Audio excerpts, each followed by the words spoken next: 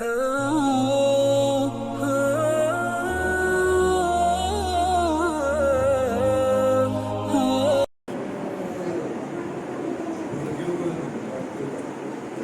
ونصلي على رسوله الكريم. الحمد لله رب العالمين والعاقبة للمتقين، والصلاة والسلام على سيد الأنبياء والمرسلين وعلى آله وأصحابه الطيبين الطاهرين. أما بعد، فأعوذ بالله من الشيطان الرجيم. بسم الله الرحمن الرحيم. إنما يريد الله ليذهب عنكم الرجس أهل البيت ويطهركم تطهيرا. آمنت بالله صدق الله العظيم وصدق رسوله النبي الأمين المكين الكريم، ونحن على ذلك من الشاهدين والشاكرين، والحمد لله رب العالمين. عقیدت و محبت کے ساتھ سارے کائنات کے مالک و مختار، ہم غریبوں کے ہم گسار، ساری امت کے مختار، حضور تاجدار مدینہ سرور ملک و سینہ احمد مصطفیٰ محمد مصطفیٰ صلی اللہ علیہ وسلم کے بارگاہ گہربار میں ہدیہ درود کی سابق کریں. پڑھیں آواز اللہم صلی علی سیدنا مولانا محمد وسلم صلاۃ و سلام علیک یا رسول اللہ، صلاۃ و سلام علیک یا حبیب اللہ صلی اللہ تعالی علیہ وسلم. حضرات گرامی، اللہ تبارک و تعالی قادر بنا انسان ہے کہ اللہ نے ہمیں اس بات کی توفیق بخشی کہ ہم اس کے محبوب اور اس کے محبوب کے محبوبوں کا ذکر بیٹھ کر یہاں پر سنتے اور سناتے ہیں.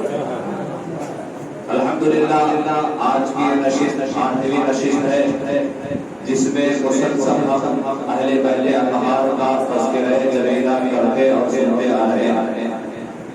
اللہ تعالیٰ کی بارگاہ میں دعا ہے کہ مولا کریم اپنے حبیب اور اپنے حبیب کے محبوبوں کے صدقے ہمیں دنیا و آخرت کے تمام بلاؤں سے مصیبتوں سے محفوظ فرمائے اور اس ذکر کی رحمتوں برکتوں سے ہم سب کو بالا بالا فرمائے. حضرات گرامی، کل تک آپ تمامی حضرات نے جملہ خلفائے راشدین اور جہاں جہاں ممکن ہو سکتا تھا اہل بیت اطہار کی مقدس ہستیوں کا تذکرہ جلیل سماعت کیا. اور آج کے لیے یہ وعدہ کیا گیا تھا کہ انشاءاللہ العزیز آج سے مکمل کربلا کا سفر شروع کر دیا جائے گا انشاءاللہ تعالی. لہذا آج کی تقریر میں ہم سیدھے مدینہ شریف سے سرکار امام حسین کی روانگی یہاں سے بات شروع کی جائے گی اور جہاں تک اللہ کی توفیق ہوگی وقت کے اندر وہاں تک بات کی جائے گی. بقیہ انشاءاللہ تعالی کل بیان کیا جائے گا. مگر چونکہ مدینہ شریف سے امام حسین کی روانگی کا وقت ہے اور عاشقوں کو اس بات کا خوب اندازہ ہے کہ مدینہ چھوڑنا کیسا لگتا ہے. جو مدینہ گئے ہیں وہ اس بات کو بخوبی جانتے ہیں کہ مدینے سے جدائی کے وقت عاشقوں کے دل پر کیا گزرتی ہے. بلکہ ایک عاشق رسول حضرت سیدنا سرکار عاصیہ علیہ الرضوان آپ مدینہ شریف سے جدائی کے وقت کا ایک شعر فرماتے ہیں کہ مدینہ جاؤں پھر آؤں، مدینہ پھر جاؤں، مدینہ جاؤں پھر آؤں، مدینہ پھر جاؤں، اسی پہ عمر کا قصہ تمام ہو جائے. اور جب آپ کا عشق اور بڑھا تو آپ نے اس میں تبدیلی فرمائی کہ مدینہ جاؤں پھر آؤں، وہیں پہ مر جاؤں، مدینہ جاؤں پھر آؤں اور پھر مدینہ جاؤں، وہیں پہ مر جاؤں، اسی پہ عمر کا قصہ تمام ہو جائے. بلکہ مدینے سے جو ہم جیسے کم عقل اور گناہگار و شاک نہیں بلکہ جو صحیح معنوں میں عاشق رسول ہوتے ہیں تو انہوں نے ان کے اندر مدینے سے جدائیگی کا ایسا حزن و ملال پیدا ہوتا ہے کہ وہ تو چاہتے ہیں کہ یہی ہم بندر دفن ہو جائیں. تو لہٰذا سرکار امام حسین سے مدینے شریف سے روانگی کا وقت ہے، اسی مناسبت سے وہ محبت کے کچھ اشعار آپ حضرات کے سماعتوں کے حوالے کر دوں، محبت کے ساتھ درود پاک پڑھ لیں۔ اللہم صلی علی سیدنا مولانا محمد صلی اللہ تعالی علیہ وسلم، صلاۃ و سلام علیک یا حبیب اللہ صلی اللہ تعالی علیہ وسلم۔ پیارے آقا کے پیارے نوازے، پیارے آقا کے پیارے نوازے، کرنے والا وفا جا رہے ہیں، پیارے نانا کے پیارے نوازے، کرنے والا وفا جا رہے ہیں، پیارے آقا کے پیارے نوازے، کرنے والا وفا جا رہے ہیں، پیارے آقا کے پیارے نوازے، کرنے والا وفا جا رہے ہیں، عظمت دیجیے ہم کو بچانے، عظمت دیجیے ہم کو بچانے، آج کربلا جا رہے ہیں، عظمت دیجیے ہم کو بچانے، عظمت دیجیے ہم کو بچانے، آج کربلا جا رہے ہیں۔ اور تصورات وہ دنیا میں آخرات جائے، کیونکہ ہماری زبانوں میں اور دعوت نہیں ہے کہ اس موقع کو ہم بیان کر سکیں، لہذا شیخ ملاحظہ فرمائیں کہ سرکشی اب یزیدوں کی لوگوں حد سے کربل میں بڑھنے لگی ہے، سرکشی اب یزیدوں کی لوگوں حد سے کربل میں بڑھنے لگی ہے، اس لیے چھوڑ کر شہر طیبہ، اس لیے چھوڑ کر شہر طیبہ، فاتح کربلا جا رہے ہیں، اس لیے چھوڑ کر شہر طیبہ، اس لیے چھوڑ کر شہر طیبہ، فاتح کربلا جا رہے ہیں، عظمت دین ہم کو بچانے، آج کربلا جا رہے ہیں۔ درود پاک پڑھیں، اللہم صلی علی سیدنا و شفیعنا مولانا محمد وعلی آلہ صلو علیہ الصلاۃ والسلام علیک یا رسول اللہ صلی اللہ تعالی علیہ وسلم۔ صبح طیبہ میں ہوئی بڑی اللہ تعالی صدقہ لینے نور کا آیا ہے تارا نور کا، میں کہتا تو بادشاہ بھرتے پیالہ نور کا، نور دن دونا تیرا دیدال صدقہ نور کا، اور یا رسول اللہ تیری نسل پاک میں ہے بچہ بچہ نور کا، تیری نسل پاک میں ہے بچہ بچہ نور کا، تو ہے عین نور تیرا سب گھرانہ نور کا، اور کیا بات رضا اس چمنستان کرم کی، زہرا ہے کلی جس میں حسین اور حسن پھول، وقار خون شہیدان کربلا کی قسم، یزید مورچہ جیتا ہے جنگ ہارا ہے، اور مرحبا جرأت ابن حیدر سر دیا ہاتھ نہیں جانے دی، جل گیا خیمہ اطہر لیکن دین پر آنچ نہیں آنے دی۔ حضرات گرامی، آپ تمامی حضرات نے گزشتہ 7 دنوں میں مسلسل کسی نہ کسی حوالے سے، چاہے وہ خلفائے راشدین کا حوالہ ہو یا دیگر صحابہ کرام کا حوالہ ہو، کسی نہ کسی حوالے سے اہل بیت کی عظمتوں کا تذکرہ آپ سماعت کرتے رہے ہیں، اور اللہ کے حبیب صلی اللہ تعالی علیہ وسلم نے بارہا اس بات پر زور دیا کہ اے لوگوں میرے اہل بیت سے محبت کرنا، کیونکہ میرے اہل بیت سے محبت یہ ایمان کی دلیل ہے، ایمان کی علامت ہے۔ اہل بیت سے دشمنی جو رکھے گا اس کے ایمان کا نہ میں ضامن ہوں نہ کوئی اور ضامن ہو سکتا ہے۔ حاصل کلام یہ ہے کہ اگر اپنا ایمان محفوظ رکھنا چاہتے ہو تو اہل بیت اطہار رضوان اللہ تعالی علیہم اجمعین کے دامن کرم سے اور ان حضرات کے در دولت سے، بلکہ یوں کہہ لیا جائے کہ ان کے دروں کا غلاموں کے غلاموں کا غلام اور ان غلاموں کے دروں کا کتا اپنے آپ کو بنا کر رکھیں، انشاءاللہ العزیز یہ نسبت اگر کام آ گئی تو ہم یہاں بھی کامیاب ہوں گے اور میدان محشر میں بھی کامیاب نظر آئیں گے۔ اسی لیے میرے آقا صلی اللہ تعالی علیہ وسلم نے پوری اپنی زندگی میں اپنی امت سے کبھی کچھ مانگا نہیں ہے بلکہ ہمیشہ دیا ہے۔ پوری زندگی میں آقا نے اپنی امت سے کبھی کچھ مانگا نہیں، ہمیشہ دیا ہے، کیونکہ رسول کی عظمت یہ ہے، رسول کی شان یہ ہے کہ جو رسول ہوتا ہے وہ ہمیشہ دے کر نوازتا ہے، اور رسولوں کی شان یہ ہے کہ وہ دے کر نوازتے ہیں۔ اب اگر کوئی سوال کرنے والا سوال کر دے کہ آپ کیسے کہتے ہیں کہ اللہ کے حبیب نے کچھ مانگا نہیں ہے، حالانکہ مانگنے کا تذکرہ قرآن پاک میں ہو رہا ہے۔ اللہ تبارک و تعالی ارشاد فرماتا ہے، قل اے محبوب آپ فرما دیجئے، اے محبوب آپ فرما دیجئے، لا اسألکم علیہ اجرا، میں تم سے اس پر کوئی اجرت طلب نہیں کرتا ہوں۔ کس بات پر؟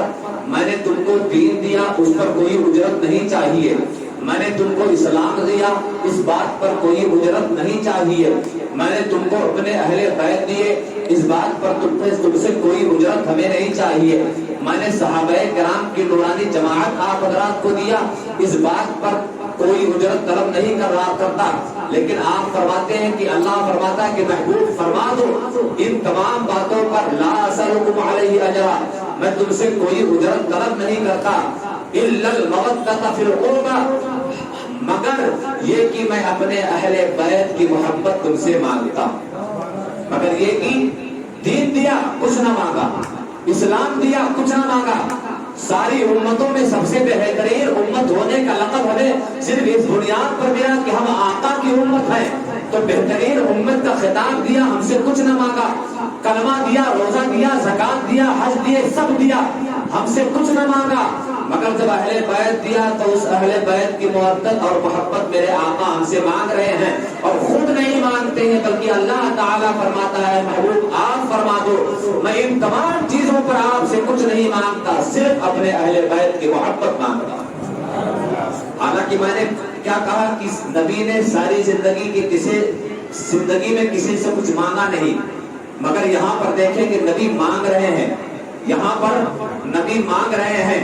اب کوئی ایسا عقل کا اندھا اٹھ کر کھڑا ہو سکتا ہے کہ مولانا آپ کہتے ہو کہ نبی نے کبھی زندگی میں مانگا نہیں، قرآن اس بات پر شاہد ہے کہ نبی مانگ رہے ہیں، تو ان عقل کے اندھوں کو آپ اپنے ایمانی جواب سے ان کو خاموش کر دینا اور کہہ دینا اے نادانو، اور رسول تھے جو صرف دے کر نوازتے تھے، مگر ہمارے رسول اور آپ کے رسول ان کی شان تو یہ ہے کہ میرے آقا کبھی بندوں کو دے کر نوازتے ہیں اور کبھی لے کر نوازتے ہیں، کبھی دے کر نوازتے ہیں اور کبھی لے کر نوازتے ہیں۔ اب آپ حضرات اس بات کو اگر سمجھ نہ پائیں تو میں اس کو مثال کے ذریعے سمجھا دوں کہ آدمی دے کر تو نوازتا ہے، لے کر کیسے نوازتا ہے، سمجھا دوں تو دیکھیں۔ مثال کے طور پر کوئی شخص آیا، میرا ایک مقتدی آیا، اس نے کہا امام صاحب مجھے 500 روپیہ دے دیجیے۔ انہوں نے کیا کہا؟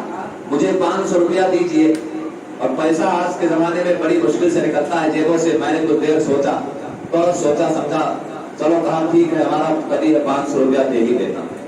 نہ چاہتے ہوئی جیب میں ہاتھ ڈالا اور 500 روپیہ نکال کر عمر کو دے دیا۔ اب میں نے 500 روپیہ ان کو دے دیا، اب 2-4-6 مہینے کے بعد عمر ہمارے پاس آئے اور 50,000 کی گدی میرے ہاتھ میں دیتے ہیں، حضرت یہ لیجیے آپ کا تحفہ۔ میں نے دیا تھا کتنا ان کو؟ 500 دیا تھا، کتنا ان کو؟ 500، اور یہ مجھے کتنا دے رہے ہیں؟ 50,000 روپے۔ میں نے کہا عمر بھائی بات کیا ہے؟ میں تو حضور کہیں گے امام صاحب آپ نے چند دن پہلے مجھے 500 روپیہ دیا تھا، اور اس 500 روپیے میں اللہ تعالیٰ نے اتنی برکت دی کہ میں نے اس کا بزنس چالو کیا، اور کربلا والوں کا صدقہ مجھے ایسا ملا کہ چند ہی مہینے میں خوب امیر ہو گیا، اور اس کے منافع میں سے میں نے بھی رکھا ہے اور یہ آپ کا حصہ آپ کو عطا کر رہا ہوں۔ اب انہوں نے 50,000 دیا تو میں جیب میں ہاتھ ڈال رہا ہوں، مگر ذہن میں آ رہا ہے کاش 1000 دیا ہوتا تو کتنا ملتا۔ ذہن میں بات آئے گی کہ نہیں آئے گی؟ کاش 5000 دیا ہوتا تو کتنا ملتا؟ ذہن میں بات آتی، انسانی فطرت ہے۔ اب ذرا آپ دیکھیں کہ میں نے انہیں دیا تھا 500، کتنا دیا تھا؟ میں نے مانگا ان سے، بات الٹی ہو گئی، میں نے ان سے مانگا تھا 500 اور انہوں نے مجھے کتنا دیا تھا؟ کتنا؟ 500۔ اب یہاں پر حقیقت میں ان سے مانگ رہا ہوں، اور چند دن کے بعد میں نے انہیں 50,000 روپیہ دیا۔ انہوں نے کہا بات کیا ہے؟ کہا میں نے بزنس کیا، اس میں منافع ہوا اور اس منافع میں عمر تمہارا بھی حصہ ہے۔ اب ذرا دیکھیں کہ یہاں پر میں نے ان سے مانگا صرف 500 اور دے کتنا رہا ہوں؟ 50,000۔ حقیقت میں تو میں مانگنے والا بنا وہاں پر 500، مگر اس کا الٹا یہ ہے کہ میں نے 500 مانگ کر ان کو 49,500 اور روپیہ دے دیا ہے۔ تو حقیقت اس کا معاملہ الٹا ہو جائے گا کہ میں مانگ کر بھی انہیں نواز رہا ہوں۔ تو اب آئیے ذرا دیکھیں قرآن پاک میں اللہ کے حبیب نے فرمایا قل، اے محبوب آپ فرما دے، اللہ نے فرمایا محبوب آپ فرما دو میں تم سے کچھ نہیں مانگتا ہوں مگر اہل بیت کی مودت مانگتا ہوں۔ اللہ کے حبیب نے دین دیا، اسلام دیا، قرآن دیا، روزے دیے، نماز دیے، ساری کائنات کی چیزیں مانگی، صرف مانگا اپنے اہل بیت کی محبت۔ لیکن اللہ کے حبیب نے اس اہل بیت کی محبت کے ساتھ ہمیں کتنا ریٹرن دیا ہے، تو پتا چلا کہ نبی ہمیشہ دے کر نہیں نوازتا ہے بلکہ کبھی کبھی لے کر بھی نوازتا ہے، اور اس طرح نوازا ہے کہ اللہ کے حبیب نے مانگا صرف اہل بیت کی محبت، اور اللہ کے حبیب ہمیں دے رہے ہیں اے لوگوں اہل بیت کی محبت میں تم مرو گے تو مسلمان ہو کر مرو گے۔ صرف مانگا تھا اہل بیت کی محبت، اللہ کے حبیب ہمیں دے رہے ہیں اے لوگوں اہل بیت کی محبت میں مرو گے تو بخشے ہوئے مرو گے۔ اللہ کے حبیب نے ہم سے مانگا تھا صرف اہل بیت کی محبت، اور اللہ کے حبیب ہمیں دے رہے ہیں، مانگا تھا ایک چیز دے رہے ہیں کتنی چیزیں۔ اللہ کے حبیب فرماتے ہیں اے لوگوں اگر اہل بیت کی محبت میں اور محبت میں تم مرے تو تم یہاں سے کلمہ پڑھے ہوئے اور بخشے بخشائے ہوئے مرو گے۔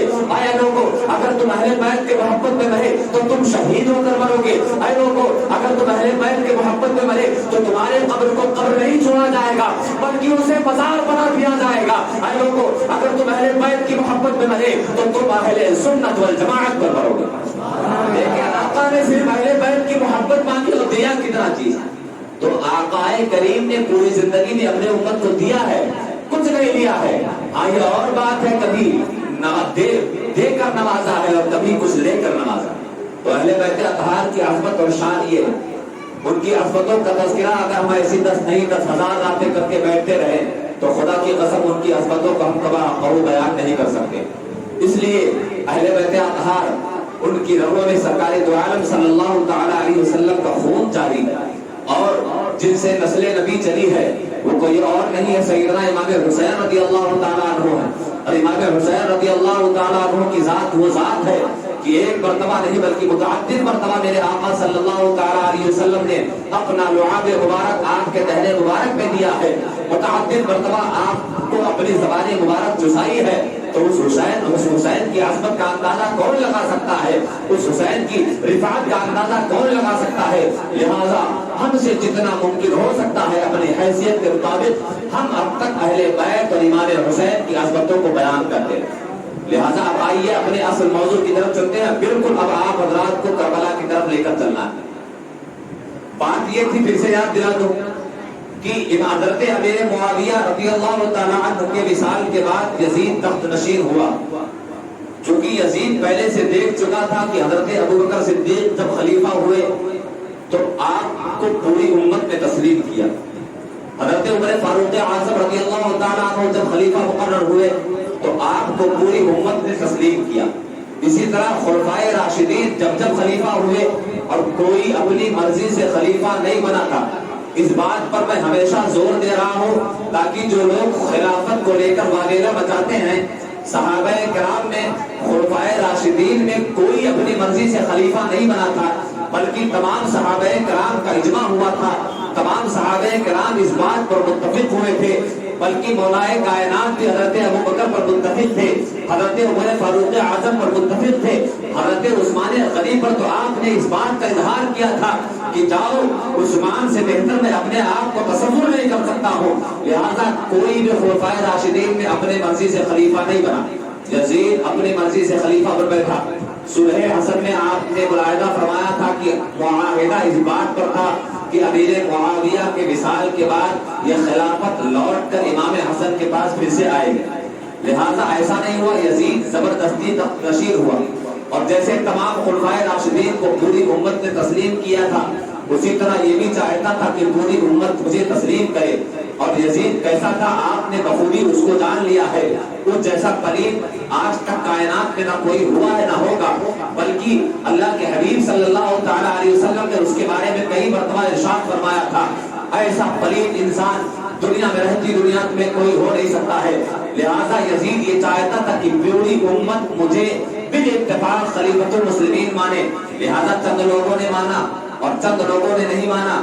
جن لوگوں نے مانا صحابہ کرام سے، اس کی وجہ بھی میں آپ حضرات کو بتا اور سمجھا چکا ہوں، اور جن صحابہ کرام نے خصوصیت کے ساتھ سیدنا امام علی مقام حضرت عبداللہ ابن عمر، حضرت عبداللہ ابن زبیر، ان تینوں حضرات نے یزید کی بیعت سے انکار کر دیا۔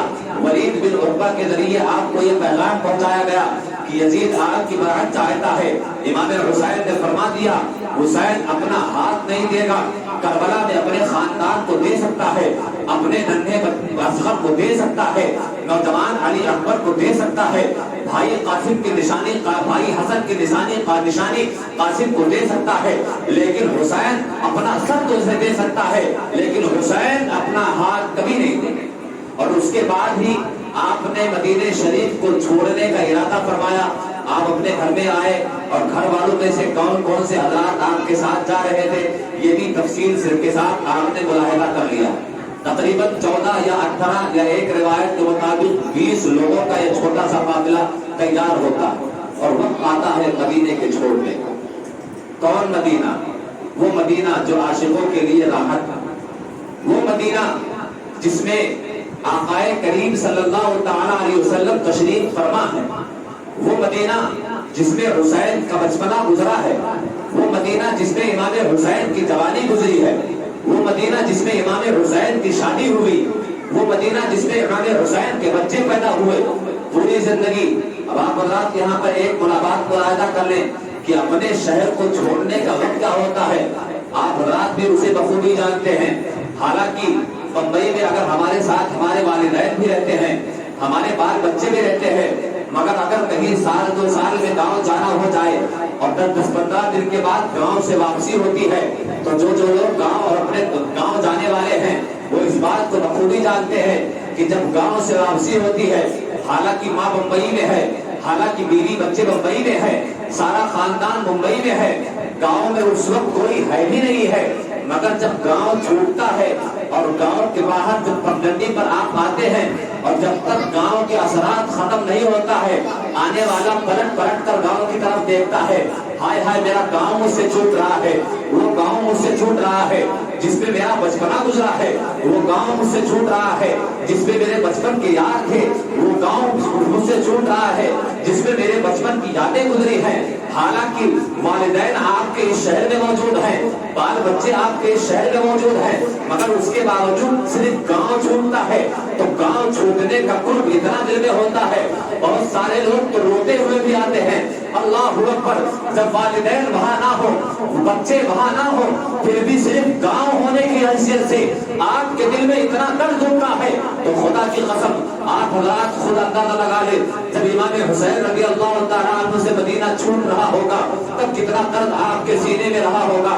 وہاں پر تو آپ کی والدہ بھی تھی، وہاں پر تو آپ کے بھائی حسن بھی تھے، وہاں پر تو آپ کے نانا سید کائنات مختار کائنات جناب محمد رسول اللہ بھی تھے، وہاں پر تو آپ کا بچپنا گزرا تھا، وہاں پر تو آپ کے جوانی کے ایام گزرے تھے۔ اللہ اکبر، خدا کی قسم ہم اس منظر کو اپنے زبان پر بیان کر ہی نہیں سکتے ہیں، صرف تصورات کے عالم میں چونکہ ہمارے اندر بھی دل ہے اور ہمارے اندر بھی اپنے گاؤں اور شہر کے چھوڑنے کا غم آتا ہے، صرف صرف تصورات کی دنیا میں ہم سب دیکھیں کہ جس وقت مدینہ چھوٹ رہا ہوگا اس وقت آقا حسین پر کیا گزر رہی ہوگی.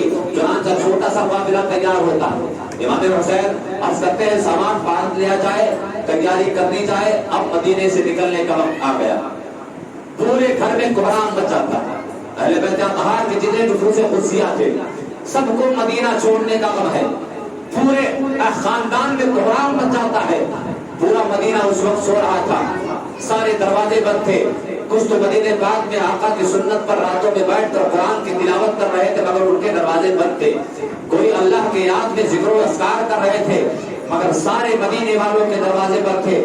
اسی وقت مدینے میں صرف ایک گھر کا دروازہ کھلتا ہے اور اس دروازے سے تاجدار انبیاء کا بیٹا, تاجدار کربلا, سید الشہداء امام علی مقام سیدنا امام علی مقام باہر تشریف لاتے ہیں اور آپ سیدھے اپنے نانا جان کے حجرے مبارکہ میں آتے ہیں.